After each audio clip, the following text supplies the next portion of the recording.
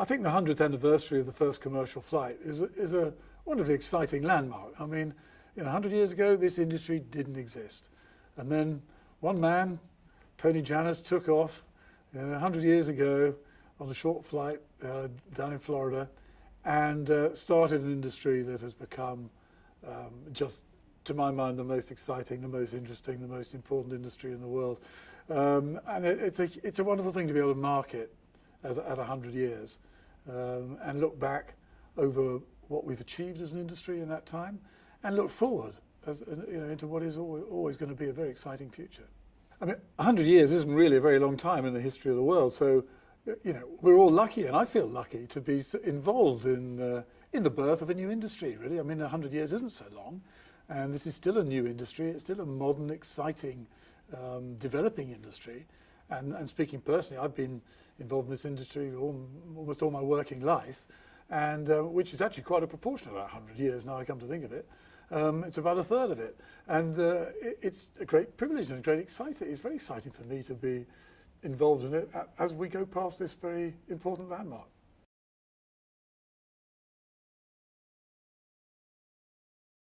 It's fantastic to think you can get on board an aircraft anywhere in the world and within a matter of hours be anywhere in the world.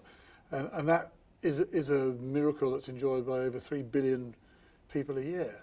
And it's just an amazing thing to be able to do. And what it's done to the world, how it's changed the world in the last 100 years, is a miracle again, because the world of today is unimaginable without commercial aviation, isn't it?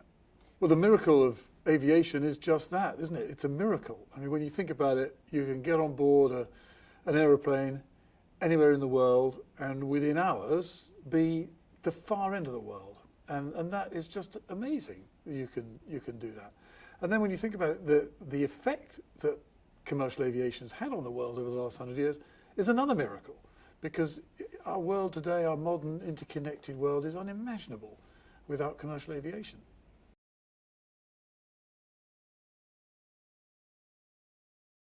Aviation is absolutely a force for good in the world. When you think of what it's brought to the world, you have to say that the world would be a much, much poorer place if it wasn't for aviation. And there's so many examples of that. Just look at the economic growth that takes place in the world, so much of it facilitated by trade and travel. For the fact that somebody can be growing flowers in the foothills of Mount Kenya, which are then for sale the next day in the market in Amsterdam, and what that does for people in Kenya. I mean, just think of that as just one example. There's 1,000,001 other examples you can think of. It's a huge force for good.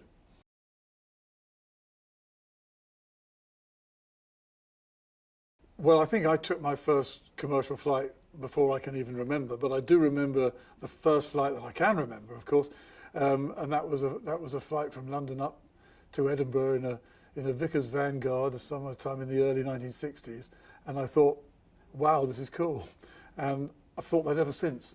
And I still think it every time I get on a plane and take off. I think it's a fascinating industry, isn't it? Everybody's interested in it. If you work in aviation, you've always got something to talk to people about because everybody's interested in it. And it's not surprising why, because it's just such an interesting business, the whole thing.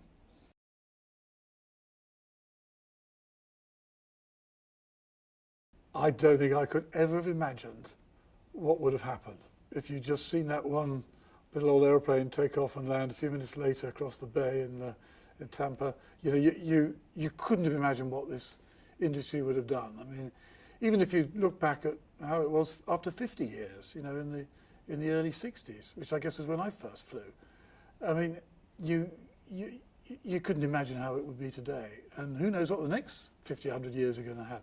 But I think to go from where we went back in 1st of January 1914 to where we are today is just extraordinary.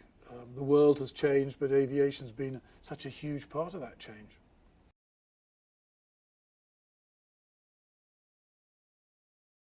I think there's lots of examples all around you. When if it's something like as simple as a bunch of school kids going on a trip to a country they never would have got to otherwise. And they've learned. My daughter, when she was at school, she was lucky enough to go on a trip to Cuba.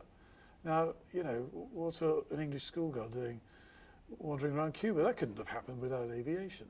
The way that, for example, look at aviation recently, the terrible events that took place in the Philippines with the typhoon there.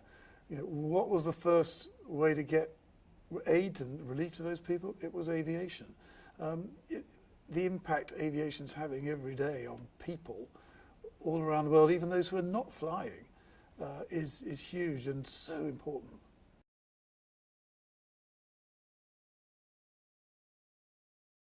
Well, I think when you look at the people involved in aviation, you know, the first person you think of is the captain at the front of the aeroplane, and not surprising. And then the crew who give you such wonderful service on board. But they're the tip of an iceberg of people employed in aviation who make it all happen.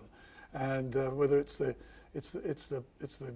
staff loading bags, it's the people who make the airports work, it's the regulators who actually set the rules that make aviation so safe.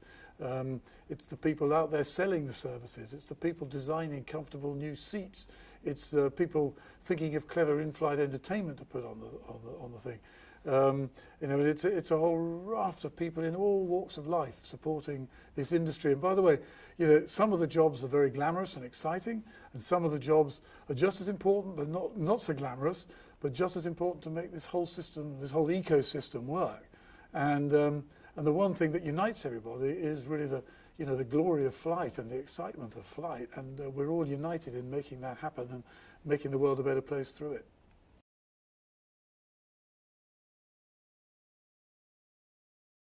Aviation employs so many people in so many different walks of life, and it is very much a sort of economic ecosystem in itself. And a country that helps its aviation system develop inevitably becomes a successful economy, because you know, what these people are doing are enabling so much economic activity through the work that they do by cooperating with each other to make aviation happen. And a lot of governments around the world realize that. And by supporting their aviation sector, they're doing the whole economy a huge favour. And we see the leverage that comes out of a successful aviation sector can be very important for an economy. Well, in 20 years' time, I hope air travel will be even safer than it is today, and already it's the safest form of transport, but any accident is one too many. So I hope it's going to be safer. I hope it's going to be easier for people, mostly on what goes on the ground. You know, I think once you're on board your aeroplane, you're comfortable, you're well looked after, and you're safe. But it's quite often a bit of a hassle getting to that point. And I know that we're all working hard now to make things go better on the ground. I hope it's easier to buy. I hope you're able to make choices about how you buy and what you buy and how you put together the package that is your travel trip. And I think technology has a huge part to play there. And I think it's hugely exciting. And by the way, I hope the airlines can also make a bit of money in providing this great service.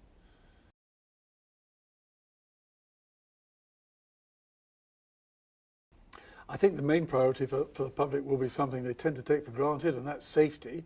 You can rest assured that's very much the priority of everyone in the industry.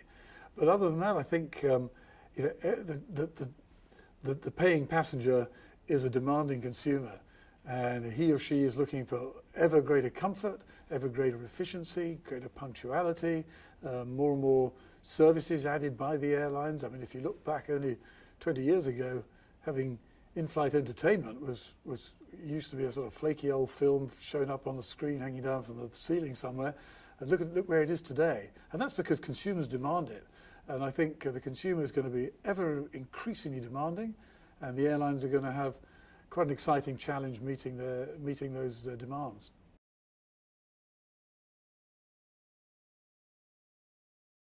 Flying's fantastic value. You know, just go on any airline website, go on any travel agent website, and just look at the deals available. And really, if you look at the real cost in real terms of air travel, it's coming down all the time. Of course, if you want to go and fly in fantastic luxury and comfort in first class, you can expect to have to pay for it. But look, anybody can fly long distances now for incredibly low fares. and many millions do, and it's a brilliant thing. So I think it's fantastic value, and it's getting better value all the time.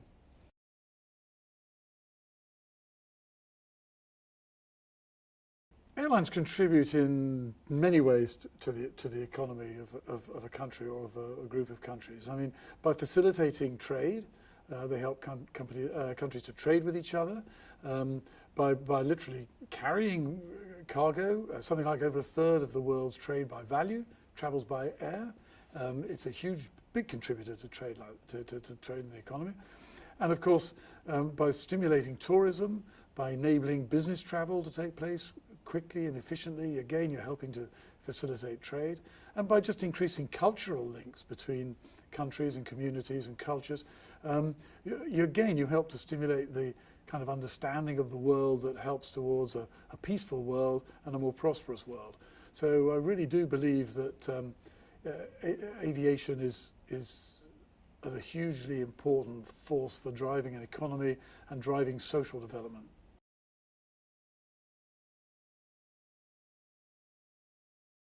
Well, what needs to happen is a number of things. I mean, of course, people need to invest. People need to invest in the aircraft, invest in the research that will lead to ever better aircraft, more efficient engines, better systems to make everything work better. Now, to get that investment right, you need, obviously, investors need to see a return on their investment. So we need governments to adopt policies which will help aviation grow and develop. So they need to go easy on the taxation, and they're far too quick to put taxes on the industry. They need to invest as well in infrastructure, in airports, in modern air traffic navigation systems that help airlines and aircraft fly efficiently, and they need to help generally support the development in that way. And they'll get a huge return if they do that. Their economies will grow faster, their people will be happier because they're able to fly more efficiently, and overall they're going to see huge benefit to their economies and to their countries. But that's what we need to happen.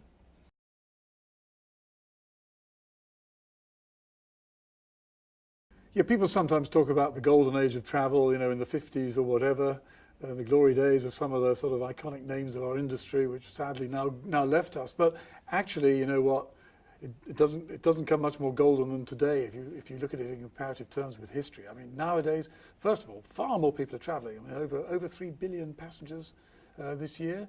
That's a huge number, and they're travelling in luxury that actually the so-called golden age could never offer. Look at what goes on now on board a modern airline, and especially the long-haul modern airlines are offering service beyond the dreams of people back in the 50s. So I think we're in a golden age now for sure, but I'm equally sure that golden colour is going to keep prevailing for many, many years to come. This anniversary is a great opportunity to remind the world how vital aviation is.